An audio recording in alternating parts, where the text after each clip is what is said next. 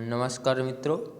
आपको जो है रेखा चित्र को केंद्रित रख के जो निबंधात्मक प्रश्न पूछे जा सकते हैं कि हिंदी में रेखा चित्रों का उद्भव और विकास प्रस्तुत कीजिए, अथवा हिंदी के वर्तमान रेखा चित्र किसी पूर्व भारतीय परंपरा की देन न होकर आधुनिक युग की सृष्टि है। इस कथन की व्याख्या करते हुए हिंदी रेखा चित्र का उद्भव और विकास प्रस्तुत कीजिए, अथवा रेखा चित्र क्या भारतीय परंपरा की देन है।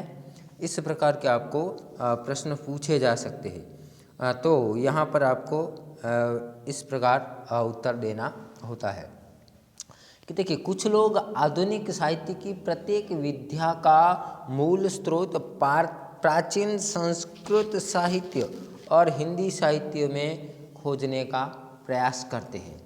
इनके अनुसार पृथ्वीराज रासो, पद्मावत, रामचरितमानस में पात्रों का जो रूप वर्णन हुआ है वह आधुनिक रेखाचित्र का पूर्व रूप है।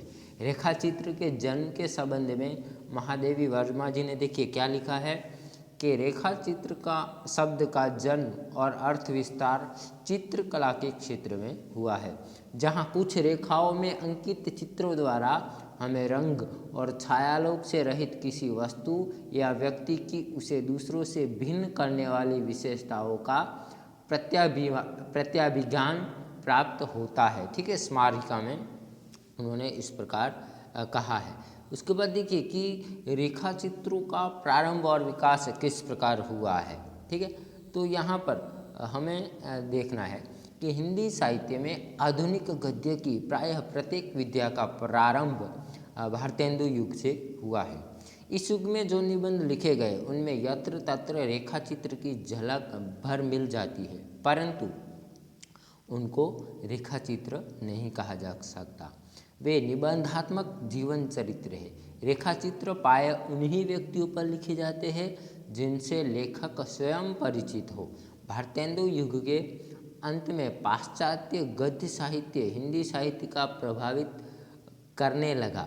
पाश्चात्य गद्य साहित्य में रेखा चित्रों, जिसको स्केच भी कहा जाता है, क्या पर्याप्त विकास हो चुका था।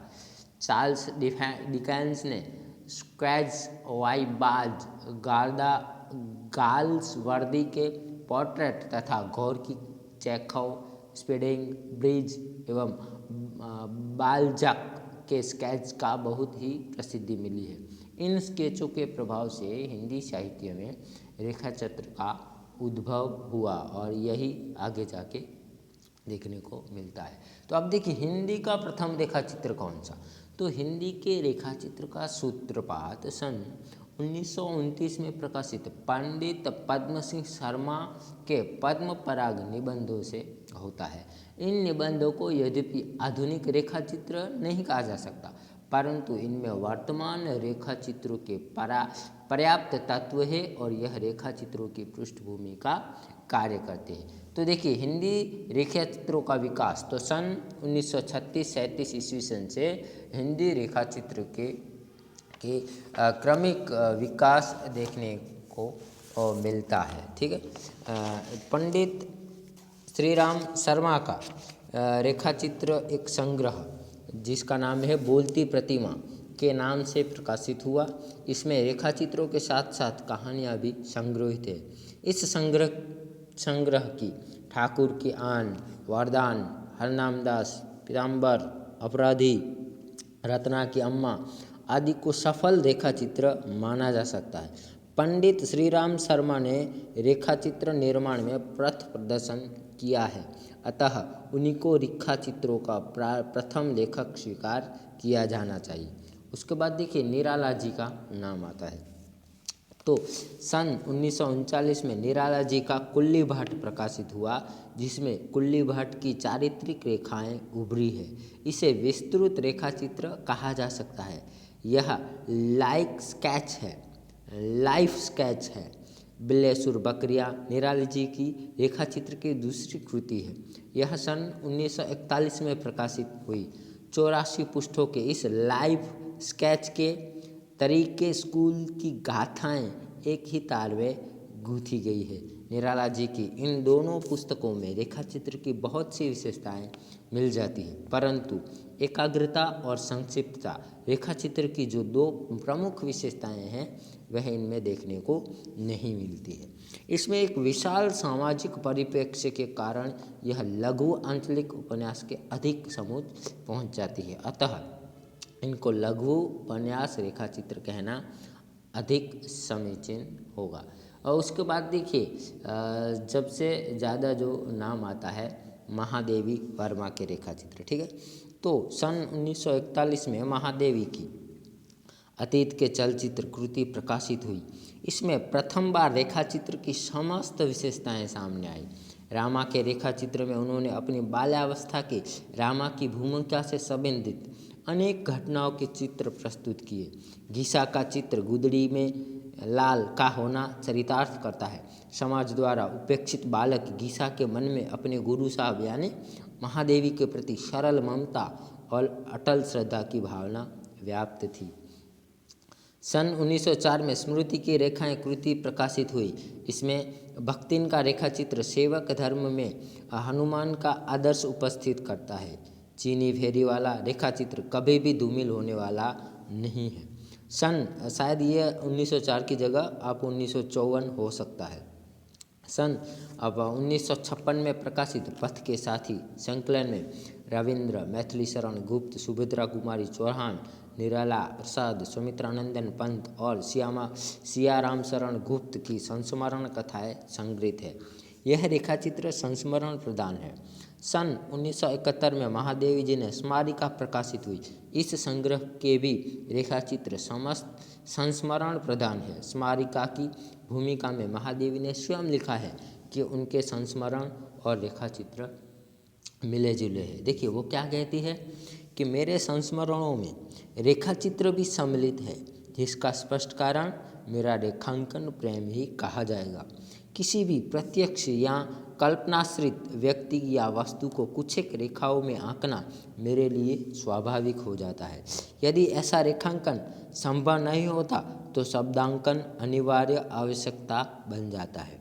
मेरे विचार से शब्दांकन के साथ यदि पूर्ण विनियोग हो तो वह रेखांकन से अधिक प्रभावशाली हो सकता है।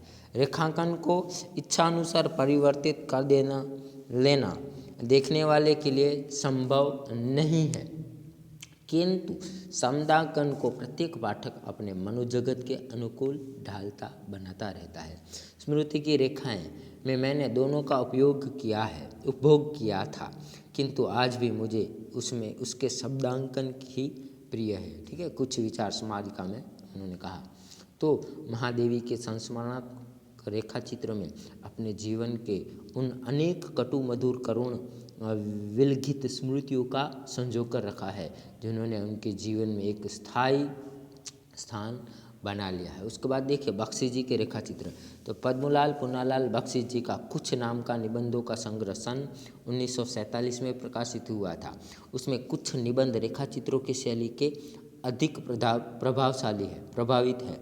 रामलाल पंडित, कुंज बिहारी, चक्करदार मोरी आदि सफल रेखाचित्र है। शेष रचनाओं को रेखांकन निबंध ही कहा जा सकता है।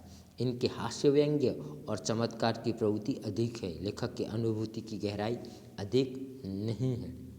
उसके बाद अगले रेखाकार आते हैं रामवृक्ष बेनीपुरी। तो देखिए रामवृक्ष बेनीपुरी के रेखाचित्र। तो बेनीपुरी के लाल तारा, माटी की मूर्तें, गेहूं और गुलाब, मील के पत्थर रेखाचित्रों में संग्रहित प्रकाशित हो चुके हैं। लाल तारा में विद्रोहात्मक उच्छ्वासों के चित्र हैं। माटी की मूर्तें में घाम रत्नों के चरित्रों की रेखाओं को उभारा गया है। गेहूं और गुलाब के रेखाचित्रों में अधिक मार्मिक और भाव संकुलता है। मील के पत्थर में रेखाचित्रों के साथ में संस्मरण भी है।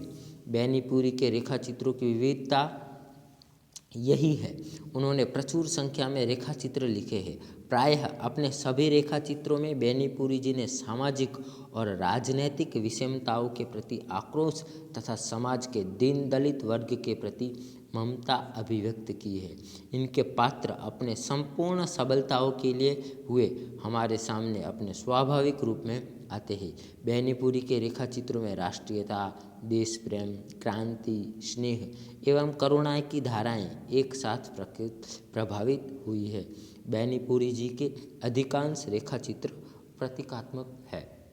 उसके बाद जो अगले रेखा चित्रकार है प्रकाश चंद्र गुप्त। तो देखिए प्रकाश चंद्र गुप्त ने अपने रेखा चित्रों का संग्रह पुरानी स्मृतियाँ और नए स्केच में सबसे पहले मानव चरित्र के स्थान पर स्मृति के सहारे खंडरों, तालों, सड़कों आदि के भावपूर्ण चित्रांकित करने का प्रयास किया है। इन्हें रेखा चित्रों में मानवता की प्रेरणा को प्रमुख स्थान मिला है। गुप्त जी का यह प्रयास रेखा चित्र साहित्य के क्षेत्र में सर्वथा मौलिक और नवीन प्रयास है। इस संबंध में बंगाल का अकाल, सीमांत पूर्व, अमरतास आदि रेखांकन निबंध भी है। गुप्त जी ने रेखा चित्रों में महादेवी वर्मा या बेनीपुरी के रेखा चित्र की तरह स्वानुभूति की गहराई नहीं मिलती है। ठीक है, इस प्रकार देखिए। उनके बाद जो आते हैं बनारसी लाल चतुर्वेदी। तो चतुर्वेदी जी के रेखा चित्र पुस्तक में देश विदेश के साहित्यकारों, पत्रकारों, राजनीतिक समाज सेवकों के जीवन को अंकित किया गया है। इन रेखा चित्रों में राष्ट्रीय भावना के साथ विश्व प्रेम और अंतर्राष्ट्रीयता की भी झलक मिलती है। चतुर्वेदी जी के रेखा चित्रों को संस्मरणात्मक रेखा चित्र ही कहना अधिक उपयुक्त होगा। उनके बाद है डॉक्टर विनय मोहन शर्मा। तो शर्मा जी के रेखा और रंग संग्रह में अनेक रेखा चित्र सरलता एवं रेखाओं की स्पष्टता की दृष्टि से बहुत सुंदर बन पड़े हैं। डबली बाबू का अक्स में उनके सीधे साधे रहन सहन तथा स्वभाव की सादगी पाठकों के मस्तिष्क पर प्रभावशाली प्रभाव डालती है। नज़र बसाए गई मालिक एक ऐसे नौकर का रेखा चित्र है जो अपने ईमानदारी और सज्जनता के कारण लेखक की आंखों में स्थायी रेखा चित्र बनकर रह जाता है। वकील साहब रेखा चित्र में गजाधर के माध्यम से इस पैसे के लोगों का सफल रेखा चित्र अंकित हो गया है। उसके बाद जो आखिरी है देवेंद्र सत्यार्थी। ठीक है, तो सत्यार्थी जी के रेखाएं बोल उठी शीर्षक रेखा चित्र संग्रह हो चुका है। इस संग्रह में दादा दादी के चित्र, चीर नूतन चित्र, अच्छे भले आदमी की बात आदि में जहाँ तथ्य निरूपण अधिक है वहाँ रेखाएं बोल उठी, सौंदर्य बोध, आज मेरा जन्मदिन है में भावात्मकता अधिक है। ये रेखा चित्र भावात्मक शैली में होने के कारण गद्य काव्य का सौंदर्य उपस्थित करते हैं, परंतु भावों के क्रम का निर्वाह नहीं हो पाया है। यह उनका एक दोष है। तथ्य निरूपण प्रधान रेखा चित्रों में महादेवी और बेनीपुरी के रेखा चित्रों की तरह मार्मिकता नहीं मिलती। अन्य रेखा चित्रकार है जो कन्हैयालाल मिश्र, प्रभाकर सत्यवती, मलिक, डॉक्टर प्रेम नारायण टंडी आदि उल्लेखनीय है, मगर उनका ज़्यादातर जो साहित्य लेखन है वह स्वतंत्रता के पश्चात देखने को मिलता है। तो इस प्रकार स्वतंत्रता तक इतने रेखा चित्रों का निर्माण हुआ है। शुक्रिया।